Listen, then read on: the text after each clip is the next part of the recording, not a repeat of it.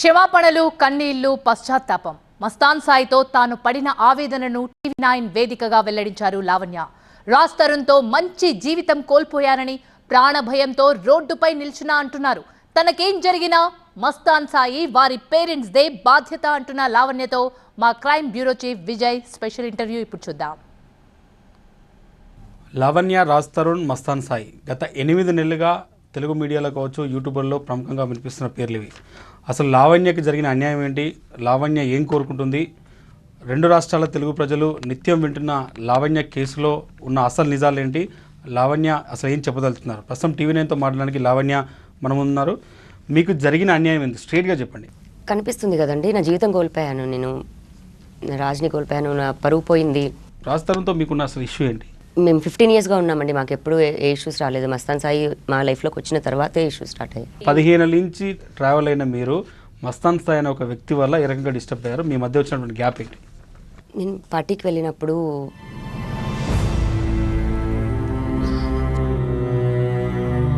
రాజ్ కూడా ఒక టైంలో తన కెరీర్ కోసం కూడా నేను ఆలోచించా రావద్దు అనుకొని, కానీ అప్పటికి రాజ్కి వీడియో పంపడం, మా పేరెంట్స్కి పంపడం చాలా చేశాడు మస్తాన్ సాయి. వీడియోలు బయటికి రావడం కావచ్చు, హార్డ్ డిస్క్ బయట పెట్టడం వెనకాల మీ ఉద్దేశం ఏంటి?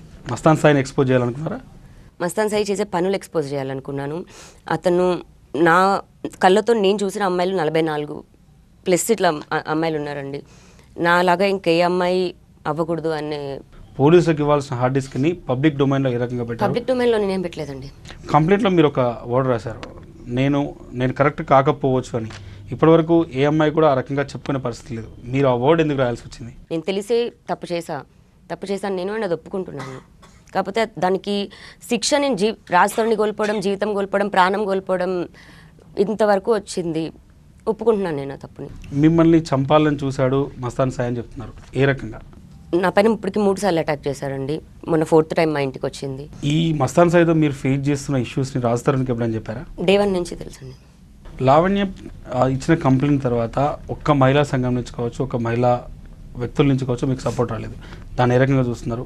మీరు ఇచ్చిన కంప్లైంట్లో ఎంత బేస్ ఉంటే మీకు సపోర్ట్ రావాల్సి ఉంది, ఎందుకు రాలేదంటే?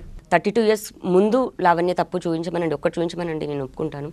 ఇంత తప్పుడుది అని చూపించాక ఇలాంటి దానికోసం ఎవరు వస్తారు అన్న స్టేజ్ అయింది. సెన్సేషన్ కోసమే లావణ్య ఈ రకంగా ఈ వీడియోస్ అన్ని బయట పెట్టిందన్న ఒక విమర్శ మీ మీద ఉంది, దానికి మీ సమాధానం? నాకు సెన్సేషన్, ఫేమ్ ఏం అవసరం లేదండి. నేను ఇంట్లో ఉన్న నార్మల్ అమ్మాయినే. ఈ 10 ఏళ్ళు కూడా నేను ఉన్నట్టు కూడా ఎవరికి తెలియదు, అంత గ్రౌండెడ్గా ఉన్న అమ్మాయిని. మీకు ఏ రకంగా తెలుసు మస్తాన్ సాయి ఇన్ని వీడియోస్ రికార్డ్ చేశాడు, ఇంత హార్డ్ డిస్క్లు ఆయన దగ్గర ఉన్నాయని? డే 1 నా వీడియో తీసినప్పుడు నెక్స్ట్ డే నాకు ఎప్పుడైతే తెలిసిందో, నేను నా ట్రూత్ ఫైండ్ అవుట్ చేస్తున్నప్పటికీ స్వాతి అనే ఒక అమ్మాయి చెప్పింది నాకు, తన ఐప్యాడ్ పాస్వర్డ్ చెప్పింది. ఒకసారి నీ ఉందో లేదో చెక్ చేసుకో అని. ఓపెన్ చేసినప్పుడు నా వీడియో ఉంది. అప్పుడు స్వాతి రిక్వెస్ట్ చేసింది నన్ను, మావి డిలీట్ చేయవా ప్లీజ్ అని. నేను డిలీట్ చేసేసాను కొంతమంది అమ్మాయిలవి. మీరు రాజ్ తరుణ్తో కావచ్చు, మస్తాన్ సాయి కావచ్చు, ఈ లాస్ట్ 1 year నుంచి జరుగుతున్న మీ ఇష్యూలో ఎక్కడ కూడా మీకు సినిమా ఇండస్ట్రీ నుంచి కావచ్చు, సొసైటీ నుంచి యాక్సెప్టెన్స్ అనేది లేదు. యాక్సెప్టెన్స్, సపోర్ట్ 2 ఉండవండి. ఎందుకంటే డ్రగ్స్, సెక్స్ ఇలాంటి ఇష్యూ వాటిల్లోని ఎవరు ముందుకు రారు. ముఖ్యంగా డ్రగ్స్ అన్న పేరుది. నేను దాన్ని బస్ చేయాలనే బయటకు వచ్చాను. ఎన్నిసార్లు తీసుకున్నారు మీరు డ్రగ్స్? మస్తాన్తో పార్టీలో అప్పుడున్నప్పుడు మాత్రమే. మీరు డ్రగ్ టెస్ట్కి రెడీగా ఉన్నారా ఇప్పుడు? ఉన్నానండి. మేము డ్రగ్ టెస్ట్ మొన్న లాస్ట్ వీక్ కూడా చేయించుకున్నాను. సో మీరు తీసుకుంది ఒకేసారి? మస్తాన్ సాయితో పార్టీలో ఉన్నప్పుడు, తనతో పార్టీలో ఉన్నప్పుడు మాత్రమే జరిగింది అంతే. ఆ పార్టీకి ఇంకెవరైనా వచ్చారా? చాలా మంది ఉన్నారు. చాలామంది సెలబ్రిటీలు మీరు చేసుకున్న పార్టీలకు ఎప్పుడైనా వచ్చారా? అంటే మీరు బయట పెట్టాలనుకున్నప్పుడు అసలు ఇండస్ట్రీలో ఏం జరిగింది, డ్రగ్స్ విషయంలో ఏం జరిగింది మొత్తం బయట పెడితే? సంబంధం లేని పీపుల్ని, ఈ వీడియోస్తో సంబంధం లేని పీపుల్ని నాకు ఇన్వాల్వ్ చేయాలని లేదండి. ఇప్పటికే తీసుకొచ్చిన పేర్లని అలిగేషన్స్ అని తీసుకొస్తున్నారు. ఇంకా నాకు అసలు వద్దు. ఒకవేళ నేను చేసిందే తప్పైతే నిజంగా క్షమించమని కోరుకుంటున్నాను. నా లైఫ్ బాగుండేది. నేను రాజంతా ఎవరికి జరగకూడదు, ఇలా ఆడుకోకూడదు, ఫియర్తో ఆడుకోకూడదు అని ఒక్కదాంతో వచ్చి బయటకు వచ్చి చెప్పాను. ఇంకా అదే తప్పంటే ఇంకా భయం వేస్తుంది, ఫియర్లో ఉన్నాను. నేను చంపేస్తారేమో, ఏ సెకండ్ ఏం చేస్తారో అని. వాళ్ళు డబ్బున్న వాళ్ళు, పలుకుబడి ఉంది. మిమ్మల్ని చంపుతాడన్న భయం కావచ్చు, మీ వీడియోస్ ఉన్నాయన్న ఏకైక కారణంతో ఇంతమంది వ్యక్తులు ఈరోజు సఫర్ అవుతున్నారు, ఇంతమంది ఈరోజు భయపడుతున్న పరిస్థితి. అతని హార్డ్ డిస్క్లో నిజంగానే ఆ డేటా అంతా ఉంది. ఏదైతే ఉంది అని మెన్షన్ చేశాను నేను. ఏ అమ్మాయి వీడియోస్ నేను ఇవ్వలేదు. చిత్రీకరించడం తప్పు, చిత్రీకరిస్తున్నాడు అతను అది నేను బయటకు చెప్పాను. సెన్సేషన్ కోసం న్యూస్ టెలికాస్ట్ చేసిన యూట్యూబ్ ఛానల్కు మీరు ఒక టూల్గా మారారన్న ఒక సానుభూతి మీ పైన వస్తుంది, దానికి మీ సమాధానం? చేస్తున్నారండి వాళ్ళు పెట్టుకుంటున్నారు యూట్యూబర్స్ని కానీ పెయిడ్ కమెంట్స్ చేయించడానికి కానీ. కావాలని చేసిన దానికి ఇంకా నేను ఏం చేయగలను? ఈ మొత్తం ఎపిసోడ్లో డ్రగ్స్ ఒక ఇష్యూ అయితే ఇల్లీగల్ రిలేషన్షిప్ అనేది ఒక ఇష్యూ. ఈ మొత్తం ఇష్యూలో కంప్లైంట్ మీరు ఇచ్చిన విధానం కావచ్చు, కంప్లైంట్లో రాసిన విధానం కావచ్చు, మీరు చూపెడుతున్న ఎవిడెన్స్ కావచ్చు, ఇది కూడా సొసైటీ యాక్సెప్ట్ చేసే విధంగా లేదు. ఇల్లీగల్ అఫేర్ అవ్వండి, ఇప్పుడు డ్రగ్స్ పార్టీ అవ్వండి, ఇప్పుడు నాకు అవే ఇంపార్టెంట్ అయితే ఇప్పుడు అవే కావాలి అంటే నేను సైలెంట్గా అవే చేసుకోవచ్చు కదండి. ఈ ప్రాబ్లమే ఉండదు నాకు. నేను జస్ట్ బయటకు వచ్చి చెప్పాను అన్న దగ్గర ఇంకా ఈ నిందలన్నీ పడాల్సి వస్తుంది నాకు. వీడియోస్ని బయటికి రిలీజ్ చేయడానికి మీరు సమర్థిస్తున్నారా? నేను వీడియోస్ బయటకు రిలీజ్ చేయలేదండి. మరి ఏ రకంగా వచ్చాయి? మరి అలాంటి నా వీడియోస్ నేనే రిలీజ్ చేసుకుంటాను, అది నేనే చేసుకుంటాను నా వీడియోస్. మీరు ఒక వ్యక్తితో మాట్లాడుతున్నటువంటి 2 వీడియో కాల్స్ వచ్చాయి. మీరు రెచ్చగొట్టిన విధానం కావచ్చు, మీరు ఆయనతో మాట్లాడే విధానం కావచ్చు, చూస్తే మీ వీడియోస్ ఏ రకంగా రికార్డ్ అయ్యి, మీ సెల్ ఫోన్లో మీరు మాట్లాడిన వీడియోస్ ఏ రకంగా రికార్డ్ అయ్యి? అది సెల్ ఫోన్లో కాదండి, నేను మస్తాన్ సాయితో స్నాప్చాట్ కాల్లో ఉన్నాను. మస్తాన్ సాయి ఉన్నాడు అవతల పక్క, నేను రికార్డ్ చేయలేదు ఆ వీడియో. నాకు మస్తాన్ సాయితో మాట్లాడుతున్నాను, నాకు ఫోన్లో ఆడియో కాల్ వస్తుంది. ఆడియో కాల్లో నేను వేరే పర్సన్తో మాట్లాడుతున్నాను, నేను రికార్డ్ చేయలేదు. అది ఆ వీడియోస్ మస్తాన్ సాయి రికార్డ్ చేశాడు. అది సొసైటీ ఉంది, పోలీసులు ఉన్నారు, న్యాయ వ్యవస్థ ఉంది, ఇంతమంది ఉండగా మస్తాన్ సాయితో మీరు ఇన్ని రోజుల నుంచి ఎందుకు ఘర్షణ పడాల్సి వచ్చింది? అదే రోజు బయటకు వచ్చి మీరు పోలీస్ కంప్లైంట్ ఇస్తే ఇంతమంది జీవితాలను కాపాడించిన వాళ్ళు అయ్యారు కదా. పోలీసులకి డబ్బులు ఇచ్చి ఛార్జ్షీట్ ఫేవర్గా రాయించుకుంటాం, అమ్మాయి అది ఉన్నట్టుగా కాకుండా మనం చెప్పినట్టుగా రాస్తారా అని. అదే జరిగింది. మరి మీరు చాలా కన్ఫ్యూజన్ మోడ్లో ఉన్నారన్నది చాలామంది చెప్తున్నారు. ఎందుకంటే ఫస్ట్ రాజ్ మీద కంప్లైంట్ ఇచ్చారు, ఆ తర్వాత రాజ్ సారీ చెప్పారు.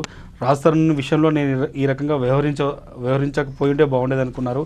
మస్తాన్ సాయి ఇష్యూని స్టార్టింగ్లో ఒక రకంగా డీల్ చేశారు, ఇప్పుడు ఆయన పైన కంప్లైంట్ ఇచ్చారు.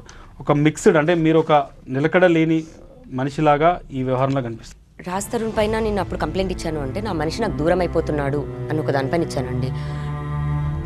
రాజ్ తరుణ్ నేను అరెస్ట్ అవ్వడానికి కారణమని మస్తాన్ సాయి నా దగ్గరకు వచ్చి నాకు చెప్పి కొన్ని ఆడియోస్ వినిపించి నిన్ను వదిలించుకోవడానికి చేస్తున్నాడు ఈ ప్రయత్నం అంతా అన్నాడు. నేను తప్పు రాంగ్ పోర్ట్రే చేశాడు, నేను అది నమ్మేశాను.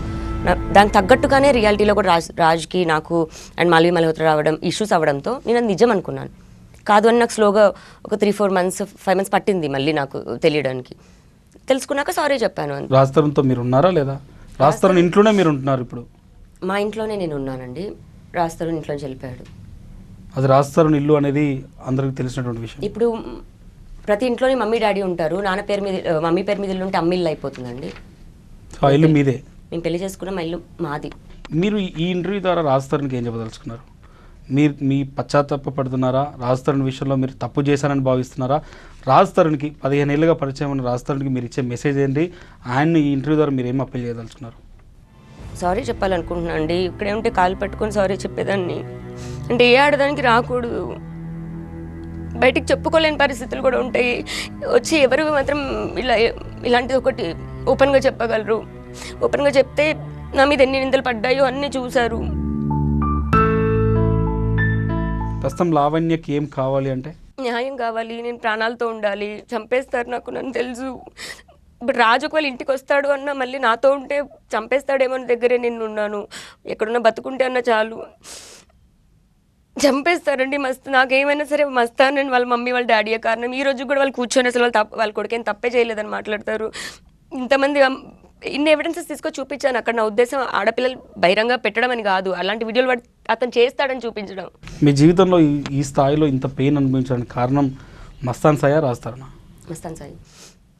నేను రాజ్ తరుణ్తో మేము చాలా హ్యాపీగా ఉండేవాళ్ళం. మా ఇల్లు, మా కుక్క పిల్లలు, మా ప్రపంచం, చాలా హ్యాపీగా ఉండేవాళ్ళం మేము.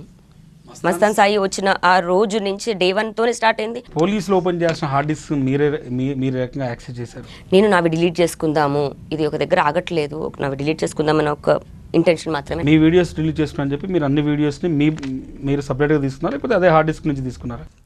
నా వీడియోస్ డిలీట్ చేసుకుంటాను అంటే తనే మళ్ళీ నాకు పాస్వర్డ్ చెప్పాడండి. అంటే నవంబర్లో ఎప్పుడో తెచ్చాను కదా, జాన్లో కంప్లైంట్ ఇచ్చాము మేము. ఈ 1 month గ్యాప్ ఏదైతే ఉందో 1 month గ్యాప్లో పాస్వర్డ్ చెప్పాడు నాకు. పాస్వర్డ్ చెప్పాక నావి డిలీట్ చేసుకుంటాను అని చెప్పాను.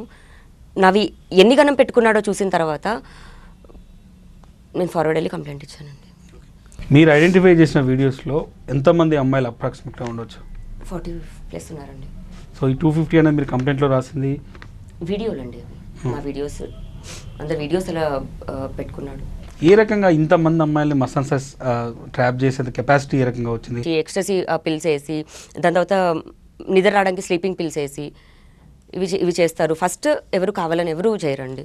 ఇంత హ్యూజ్ డ్రగ్స్ వస్తున్నప్పుడు ఎప్పుడు డౌట్ రాలేదా, లేకపోతే ఇతను ఎక్కడి నుంచి తీసుకొస్తున్నాడు, ఇతనికి సప్లయర్స్ ఎవరు, మస్తాన్ సాయి అనే వ్యక్తికి ఈ స్థాయిలో డ్రగ్స్ సంబంధం? నేనే చాలాసార్లు నార్కోటిక్స్ వాళ్ళకి మెయిల్ పెట్టాను.